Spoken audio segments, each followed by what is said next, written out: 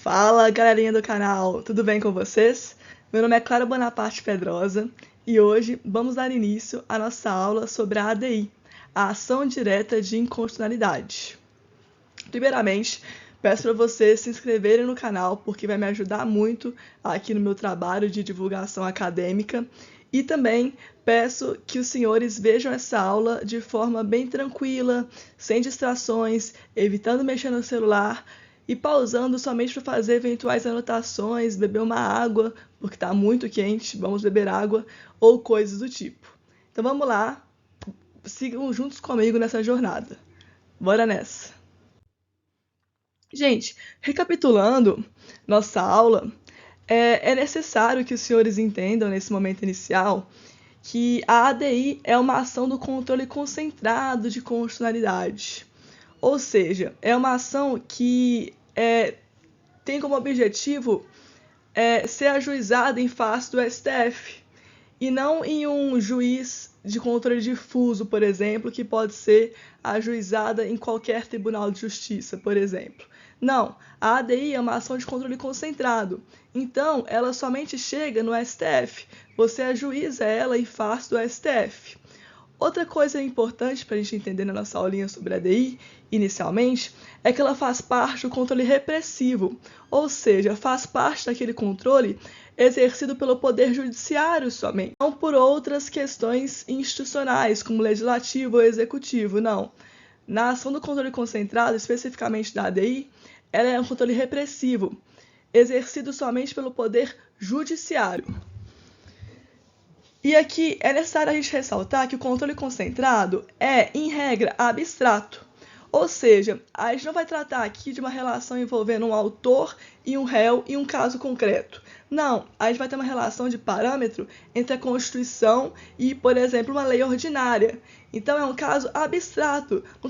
Esse caso abstrato não está falando de uma relação concreta entre duas partes. Não, é uma relação abstrata envolvendo o conflito entre duas leis, no caso, a lei ordinária e a Constituição. Outro ponto importante diz respeito aos efeitos. Os efeitos da ADI são ex tunc, ou seja, tunc. Vamos lá, ex tunc tem a ver com a testa. Isso é um macete para a gente lembrar a diferença do ex tunc e o ex nunc. Quando eu dou um tapão na minha testa, eu vou retroagir, eu vou para trás. Então, os efeitos da ADI, eles retroagem a partir da data em que a lei foi declarada inconstitucional. Mas vamos supor que os efeitos da ADI sejam ex nunc. Não é o caso. Os efeitos em geral da ADI são ex tunc. Vamos supor que os efeitos da ADI, como no caso da medida cautelar, sejam considerados ex nunc. Quando a gente fala de ex nunc, a gente vai lembrar da nuca. Então, quando eu dou um tapão na minha nuca, eu vou para frente. Então, os efeitos ex nunc têm relação com declarar a inconstitucionalidade de uma lei de um ponto para frente e não de um ponto para trás, como é no ex nunc. Essa seria a diferença entre os efeitos ex nunc e ex tunc. Mas, inicialmente, para nossa aula, a gente vai ter como parâmetro que os efeitos da ação direta de inconstitucionalidade são ex tunc. Eles retroagem para trás.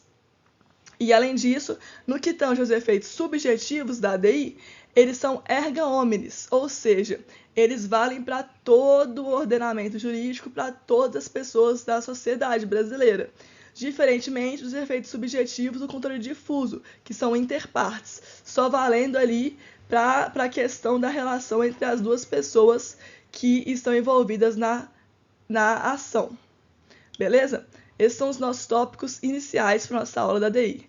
Agora vamos mandar brasa e vamos falar sobre os tópicos da aula. Primeiramente, a gente vai falar sobre o fundamento normativo da ADI, onde que está presente a ADI, tanto na Constituição quanto na Lei 9868 de 99, que é uma lei de suma importância para a gente compreender a nossa querida ADI.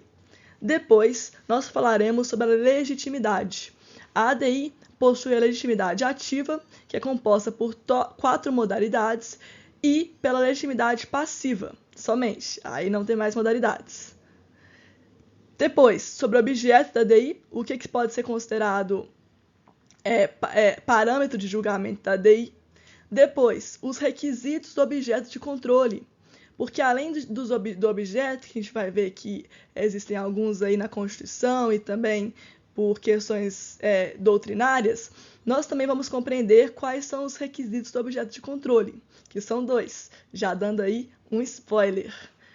5. O procedimento da ADI. A gente vai falar de forma bem breve mesmo, tá, gente? Como é que ocorre a ADI, mas esse breve é bem didático, então a gente vai falar de uma forma didática como é que se dá o procedimento da ADI. Depois, a medida cautelar. A gente vai explicar aí o procedimento da medida cautelar e as questões práticas de como ocorre a medida cautelar na ADI. E, por fim, nós falaremos sobre o amicus curiae e as audiências públicas. Tudo bem? Então vamos juntos e vamos seguir nessa jornada. Para a gente entender o caso a ADI, eu trouxe aqui um caso concreto para a gente entender como que a ADI é aplicada na prática. Eu trouxe um caso real envolvendo as pessoas com deficiência, uma lei que foi publicada em 2020, para a gente entender como que a ADI é aplicada na prática. Então vamos ver como é que se deu esse caso. Inicialmente a gente vai falar desse caso real, que é a ADI número 6.590, e a ADI tem relação com o decreto número 10.502 de 2020, que foi editado pelo então presidente da República. Na época, o presidente editou esse decreto que criava a Política Nacional de Educação Especial, equitativa, inclusiva e com aprendizado ao longo da vida. Esse decreto sugeria a criação de turmas especializadas dentro de escolas comuns, além de escolas separadas para pessoas com deficiência. Então, na ADI número 6.590, esse decreto aí de 10.520 sugeria a criação de uma turma especializada dentro de escolas comuns e turmas separadas para pessoas com deficiência. Então, esse foi o decreto que foi o objeto da nossa ADI. Só que o Partido Socialista Brasileiro pensou assim e falou: acho que esse decreto aí é inconstitucional. E aí, o PSB moveu uma ADI com o objetivo de invalidar esse decreto. O PSB entendeu que esse decreto aí é inconstitucional. E o que o PSB alegou? Ele alegou que o decreto desrespeita tratados internacionais sobre os direitos da pessoa com deficiência, a Lei Brasileira de Inclusão da Pessoa com Deficiência e a Lei de Diretrizes e Bases da Educação Nacional. Então, esse decreto foi movido pelo PSB, que alegou que não está legal, que o decreto desrespeitou ali o tratado e mais 2 leis. A gente vai ver se o tratado e 2 leis, no caso essas 2 leis aí são leis ordinárias, se elas são objeto da ADI ou não, mais tarde em tópicos futuros.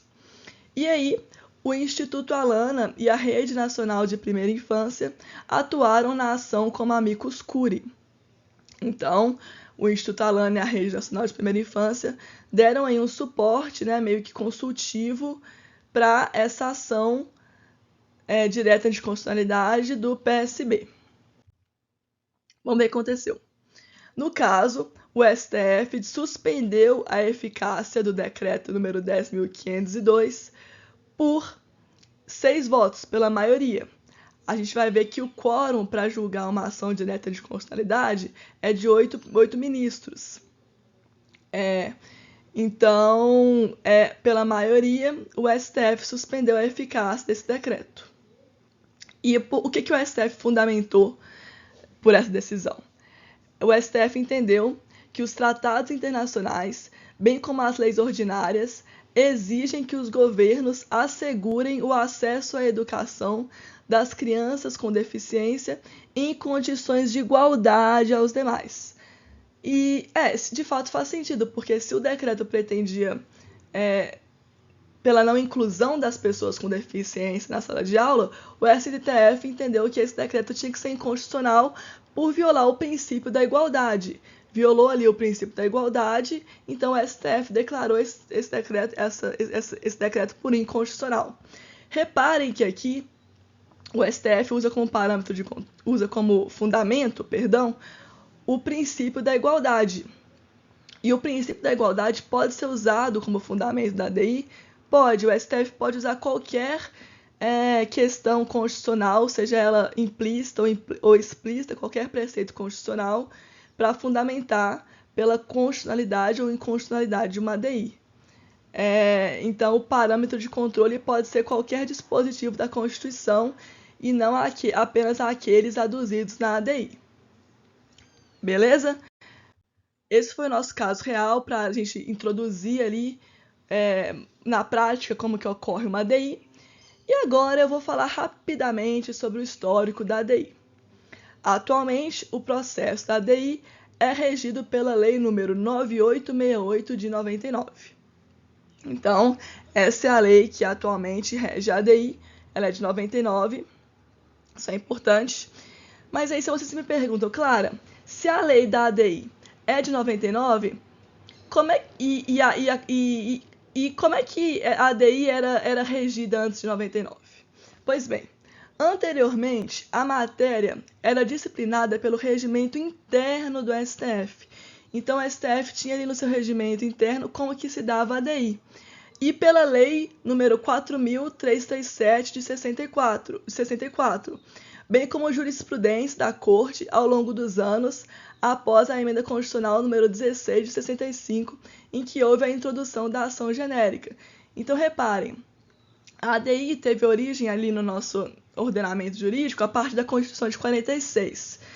E da Constituição de 46 até 99, a ADI era disciplinada pelo regimento interno do STF, pela Lei nº 4.337 de 64 e pela Emenda Constitucional número 16 de 65. Então, até 99, a ADI, assim, ela era mais ou menos regrada, mas somente com essa lei aí, lembre-se, essa lei tem um nome, é necessário lembrar desse nome para quem quer fazer concurso, para quem quer arrasar na prova. É a Lei nº 9868 de 99. Foi com essa lei que o processo da ADI foi realmente disciplinado, foi realmente descrito. Então vamos lá. Dando início aos nossos tópicos da aula, eu vou começar falando sobre o fundamento normativo da ADI. A ADI está presente na Constituição, no artigo 102, inciso 1A, e também no artigo 103 da Constituição. E na Lei 9868 de 99, ela está prevista no artigo 2º ao artigo 12 e no artigo 22 ao artigo 28. Artigo 22 ao artigo 28. Isso é importante, a gente ter ali o fundamento normativo, a gente descobrir aonde que está presente a ADI, a partir do momento em que quem vai fazer o AB, por exemplo, já pode ter mais ou menos noção de onde que estão os tópicos da ADI. Quem vai fazer concurso, mesma coisa. Quem vai fazer uma prova, também, porque é importante numa prova escrita, por exemplo, da graduação na faculdade, você escrever ali onde que está presente o fundamento normativo da ADI. Então, tá ali para vocês os artigos em que consta a matéria da ADI. Beleza? Depois, a gente vai falar... depois não. Agora, nós iremos falar sobre a legitimidade.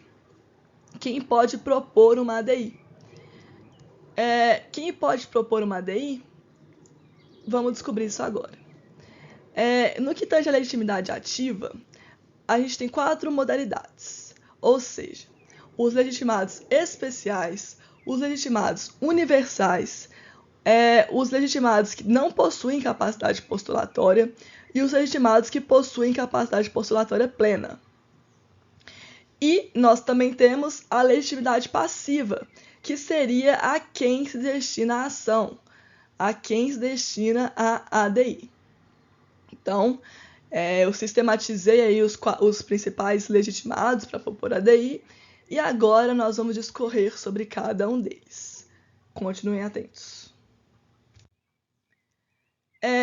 Inicialmente, sobre uma curiosidade aqui sobre a legitimidade ativa da ADI, é que desde a criação da ADI em 65 até a Constituição de 88, a promulgação da Constituição de 88, a legitimidade ativa da ADI era privativa do Procurador-Geral da República. Isso acontecia porque, como a ADI foi criada ali num período ditatorial, o PGR, o Procurador-Geral da República, era um cargo de confiança do presidente. E como ele era um cargo de confiança do presidente, ficava fácil ali para o PGR decidir por arguir a inconstitucionalidade ou não de uma lei. E nessa época, somente o PGR era o único legitimado, somente era o Procurador-Geral da República.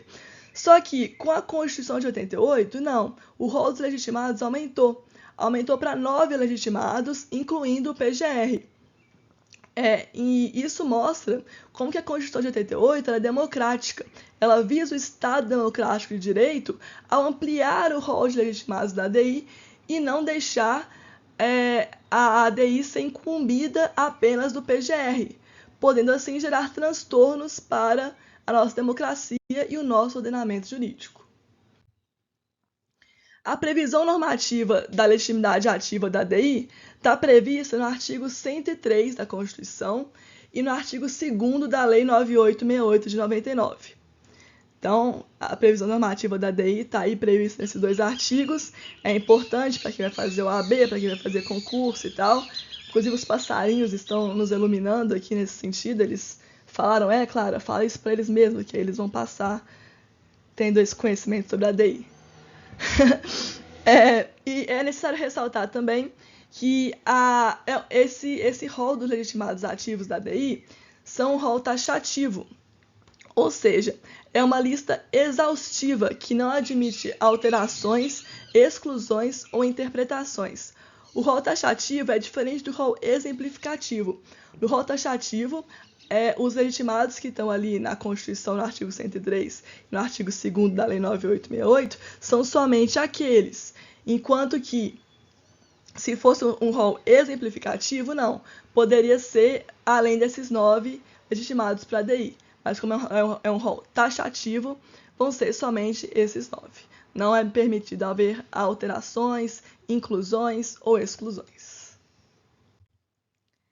E vamos lá! Vamos agora descobrir sobre os legitimados especiais da ADI, porque dentro do subtópico dos legitimados ativos, a gente vai ter os legitimados especiais e os legitimados universais. No que tange aos legitimados especiais, é importante ressaltar que deve haver uma pertinência temática ali para que eles possam propor uma ADI. Então, os legitimados especiais, eles vão ter que ter uma pertinência temática, vai ter que ter uma relação entre quem vai propor a ação e o objeto da ADI. Por exemplo, os legitimados especiais são a confederação sindical ou a entidade de classe do âmbito nacional. Os legitimados especiais também são o governador do estado ou do Distrito Federal e a mesa da Assembleia Legislativa ou da Câmara Legislativa. Então, a gente tem 3 legitimados especiais e esses 3 devem comprovar pertinência temática no que tange ao ajuizamento da ADI. Por exemplo, o governador do estado ou do Distrito Federal só pode propor uma ADI no que tange a competência ou interesses juridicamente protegidos pelo seu estado. O governador do estado de Minas Gerais só pode propor uma ADI no que tange a competência ali do seu estado. Ele não pode propor uma ADI se ele for um governador de Minas Gerais sobre uma matéria legislativa de São Paulo. Não faz sentido. Tem que ter ali a pertinência temática entre o legitimado ativo especial e o objeto da ADI. Nós também temos os legitimados universais, que não precisam comprovar pertinência temática. Seu papel institucional autoriza a defesa da Constituição em qualquer hipótese. Então, esses 5 aí não precisam ter pertinência temática para propor uma ADI. E quem são eles? O presidente da República, porque afinal ele é o presidente, ele é o presidente do país, né? Então ele pode propor a ADI independentemente de ter pertinência temática ou não. Ele é o B10 do país. 2. A mesa da Câmara dos Deputados e do Senado Federal, por questões de legitimidade popular. Os dois ali foram eleitos pelo povo, então eles podem propor ADI sobre qualquer assunto. O Procurador-Geral da República, devido a essa questão histórica, né, que eu contei mais no início da aula. O Conselho Federal da OAB, que eu vou contar uma história interessante daqui a pouco sobre isso. E o partido político com representação no Congresso, também devido a essa questão do voto, do sufrágio e da participação popular no que tange a sua possibilidade de ajuizar a ADI, independentemente de pertença temática ou não. Então, são esses 5 os legitimados universais. Agora, eu vou contar a historinha aí dos legitimados universais que dizem respeito que podem ajuizar a ADI independentemente de pertença temática ou não. Um deles é o Conselho Federal da OAB. O Conselho Federal da OAB foi de suma importância, não o conselho em si, mas sim os advogados, foram muito importantes no papel da questão democrática no Brasil. Os advogados tiveram uma importância muito, muito crucial assim, no que tange a defesa das liberdades, principalmente no período da ditadura. Principalmente esse cara aí que está aí na foto, que é o advogado Sobral Pinto. Sobral Pinto foi de suma importância na defesa das liberdades durante o período ditatorial, e creio eu, Clara, tá? Aqui eu estou fazendo um juízo doutrinário, que seja por isso que o Conselho Federal da OAB não precise ter pertinência temática para ajuizar a ADI, porque como eles não precisam ter essa pertinência temática, eles podem defender, assim, o papel democrático da Constituição. Esse é um juízo de valor meu, é uma teoria pelo qual o Conselho Federal da OAB é um legitimado ativo universal. Sou eu que pensei nisso, de acordo com algumas pesquisas e tal. E nós também temos os legitimados ativos que não têm capacidade postulatória, ou seja, que precisam de advogado para propor uma ADI. São eles o partido político e a confederação sindical ou a entidade de classe de âmbito nacional. Clara, aí vocês me perguntam, mas Clara, por que partido político e confederação sindical ou entidade de classe de âmbito nacional não tem capacidade postulatória, ou seja, precisa de advogado? Eu lhes respondo, é porque esses dois legitimados ativos, são organizações privadas. Então, eles precisam de advogado para propor uma ADI. Diferentemente desses aí que tem capacidade postulatória, qual seja o presidente da República, a mesa do Senado da Câmara dos Deputados, a mesa da Assembleia Legislativa ou da Câmara Legislativa do Distrito Federal, o governador do Estado ou do Distrito Federal, o PGR e o Conselho Federal da OAB. Todos esses aí têm capacidade postulatória porque eles possuem seus próprios advogados. Por exemplo, o presidente da República tem um advogado da União. E assim vai. Desses 6, aí o único que não tem advogado público seria o Conselho Federal da OAB. Mas eles possuem capacidade postulatória por motivos óbvios, né? Eles são o Conselho Federal da OAB, logo possuem seus advogados. Mas tirando o Conselho Federal da OAB, todos os acima citados têm advogado público. Beleza? E aí eu trouxe aí para vocês um pequeno esquema, né, sobre a legitimidade da ADI, um esquema para facilitar a compreensão, memorização, e aí nós temos os legitimados universais, que seriam o presidente da República, o PGR, a mesa da Câmara dos Deputados, a mesa do Senado Federal, a OAB, o partido político com representação no Congresso Nacional, que precisa de advogado. Lembrando que os legitimados universais não precisam provar pertinência temática, podem propor ADI sobre qualquer assunto.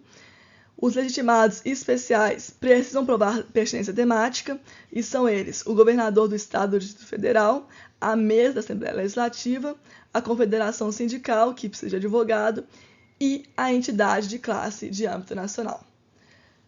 Beleza? Então essa foi a nossa explicação sobre os legitimados ativos, também sobre o fundamento normativo da ADI.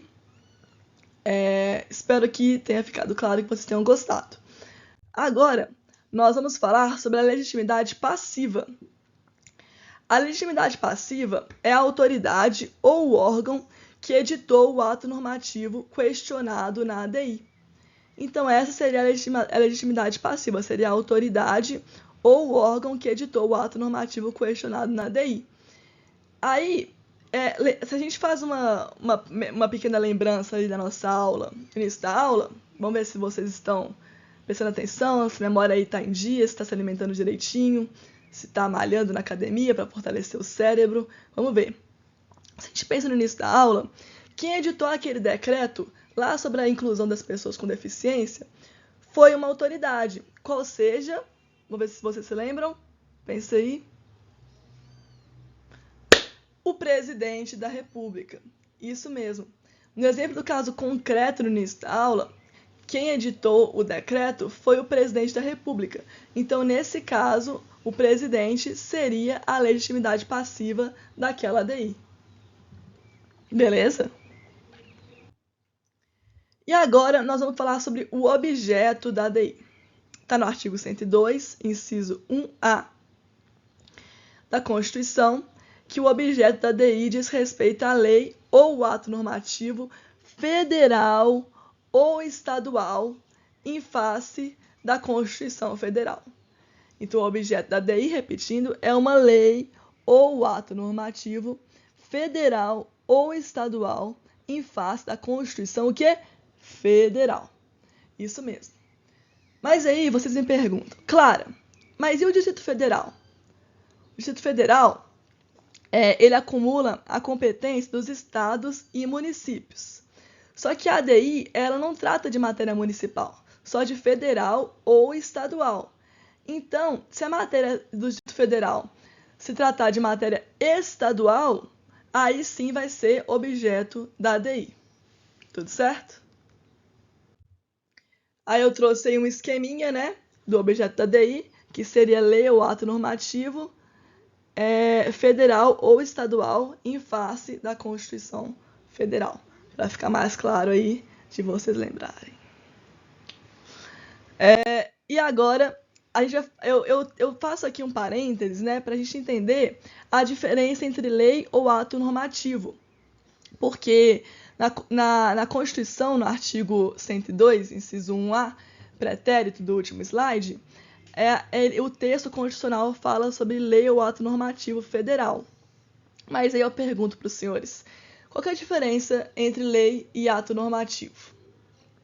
Olha, vamos lá. Basicamente, a lei é criada pelo poder legislativo. Legislativo. Lei é tudo aquilo criado pelo poder legislativo. Enquanto que atos normativos são elaborados por órgãos administrativos, como o Poder Executivo, os tribunais, as agências regulamentadoras, entre outros. Então, basicamente, lei, tudo aquilo criado pelo poder legislativo, enquanto que ato normativo são atos elaborados pelos órgãos administrativos. Em síntese e basicamente, bem basicamente, é isso. E no que tange ao objeto, o objeto da ADI são todas as espécies normativas definidas na Constituição de 88, em seu artigo 59. Então, no artigo 59, nós teremos ali o objeto da ADI, no rol do artigo 59 da Constituição. E quais são os objetos da ADI? Vamos lá, está no artigo 59 da Constituição. E são 1. As emendas constitucionais. 2. A lei complementar. 3. A lei ordinária, que foram as leis do caso concreto lá no início da aula. 4. A lei delegada.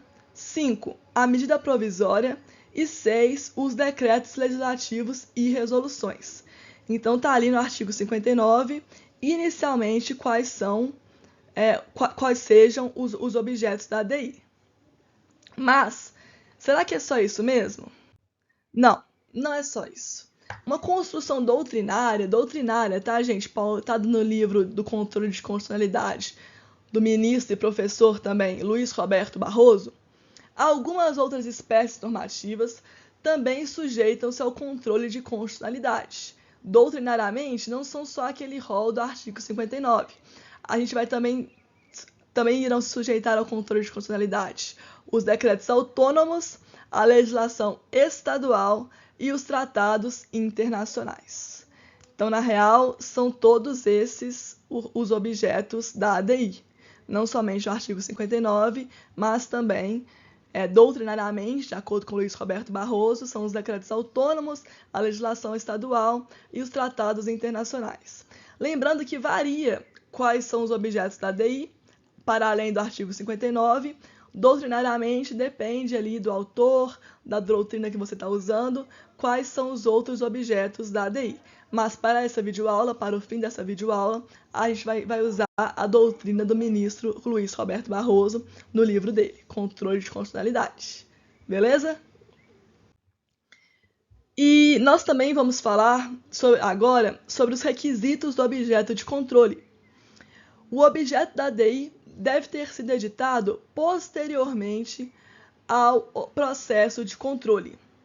Então, o objeto da ADI tem que ser editado posteriormente ao processo de controle. Por exemplo, a ADI número 2 impugnava a constitucionalidade de normas de custeio do sistema educacional, quais sejam o Decreto-Lei número 532 de 69 e o Decreto número 921 de 88. Percebam que esses dois decretos, eles são anteriores à Constituição de 88. O Decreto 921, provavelmente, tá, gente? Ele é anterior à data de promulgação da Constituição, de 5 de outubro de 88. Então, esses dois decretos, eles são anteriores à Constituição. Vamos ver se eles podem ter sido objeto da ADI? Vamos ver o que foi decidido nesse caso? Ó, na ementa do STF dessa ADI, diz o seguinte: o vício da inconstitucionalidade é congênito à lei e há de ser apurado em face da Constituição vigente ao tempo de sua elaboração. Seria ilógico que a lei fundamental, por ser suprema, não revogasse, ao ser promulgada, leis ordinárias. A lei maior valeria menos que a lei ordinária.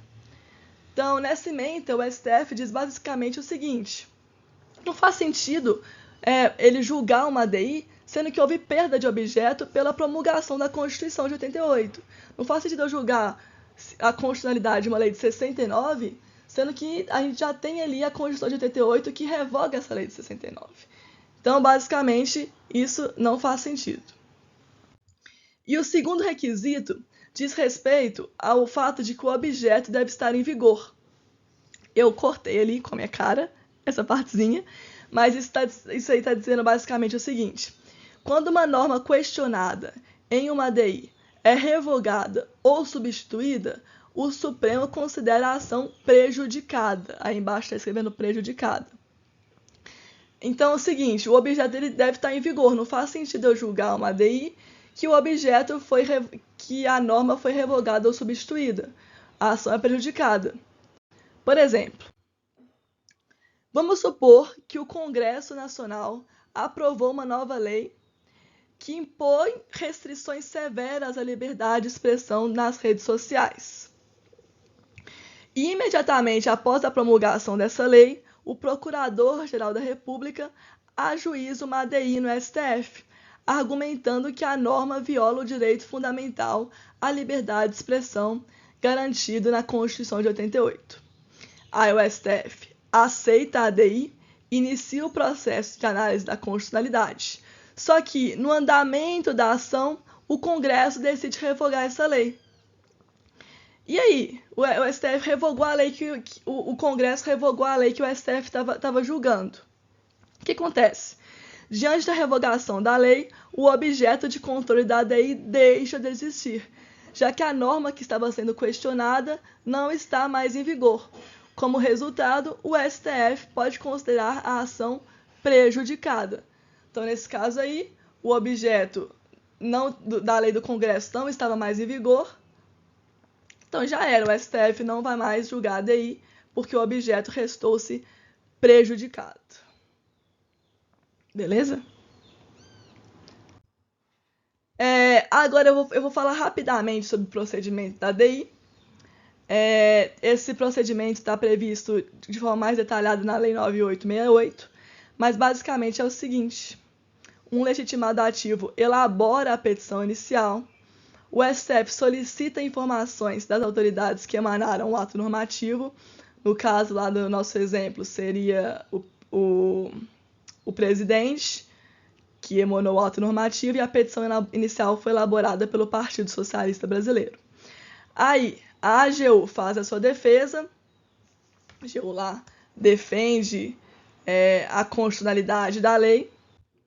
Depois, o PGR faz um parecer e a gente chega à decisão do STF. Lembrando que eu fiz aqui uma breve explicação do procedimento. Para mais detalhes, eu recomendo que os senhores leiam na lei da ADI 9868 de 99. Aqui é basicamente um panorama geral para vocês se aprofundarem com a leitura da lei de forma mais profunda. Agora, nós iremos falar sobre a medida cautelar na ADI. A medida cautelar na ADI está prevista no artigo 102, inciso 1p da Constituição, e nos artigos 10 a 12 da Lei 9868. Essa é a previsão normativa da ADI. Como eu disse, importante aí para concurso, AB, arrasar na prova, tudo show de bola para impressionar a todos, citando a fundamentação normativa. E na prática, eu trouxe aqui uma abordagem do ministro Luiz Roberto Barroso, também no seu livro Controle de Constitucionalidade, porque o Barroso está acostumado a julgar a ADI, né, gente?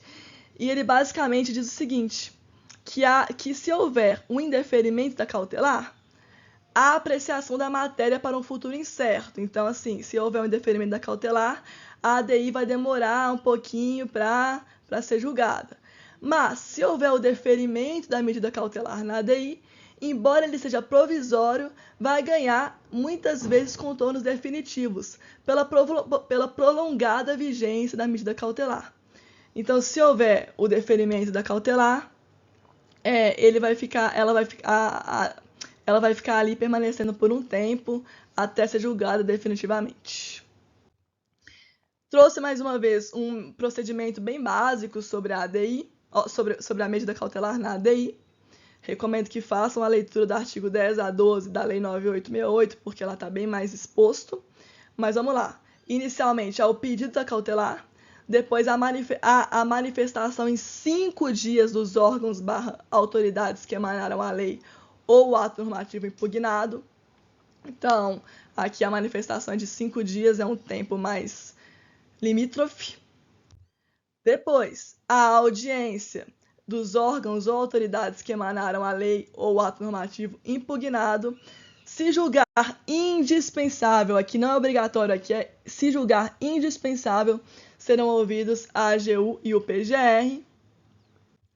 Depois, é facultada a sustentação oral, e aí a gente chega na decisão sobre a medida cautelar da ADI ou não. Show de bola. Mas, como eu disse, recomendo que façam a leitura do artigo 10 a 12 da Lei 9868, a fim de que se aprofundem sobre o procedimento da medida cautelar na ADI, porque aqui eu não quis me esgotar para ela não ficar muito grande. É basicamente uma estrutura bem básica. Para se aprofundar, recomendo mais uma vez que façam a leitura dos dispositivos. E por fim, eu trouxe a questão da amicus curiae e das audiências públicas. Isso está presente no artigo 9º, parágrafo 1º da 9868, que diz o seguinte: em caso de necessidade de esclarecimento de matéria ou circunstância de fato ou de notória insuficiência das informações existentes nos autos, poderá o relator requisitar informações adicionais, designar perito ou comissão de peritos para que emita parecer sobre a questão ou fixar data para, em audiência pública, ouvir depoimentos de pessoas com experiência e autoridade na matéria. Então, amicus curiae, o papel do amicus curiae das audiências públicas é basicamente informativo, opinativo ali sobre a questão julgada na ADI. No caso no nosso caso real que eu trouxe no início da aula, seriam feitos por entidades de pessoas com deficiência, questões desse tipo. E esses amicus curiae, essas audiências públicas, têm essa questão mais opinativa, de prestar informações sobre o assunto a ser julgado na matéria. Lembrando do prazo, o prazo dos amicus curiae das audiências públicas para sua realização é de 30 dias a partir da solicitação do relator. Prazo importante. Gente, essa foi a nossa aulitia sobre a ADI, a primeira das ações importantes sobre o controle concentrado de constitucionalidade. Espero que vocês tenham gostado do fundo do meu coração. Muito obrigada por terem assistido. Deem o like, maceta o like aí. E continuem acompanhando o meu canal, Clara Bonaparte Pedrosa. Beleza? Tamo junto. Sou amor, sou rock salva. Tchau, tchau.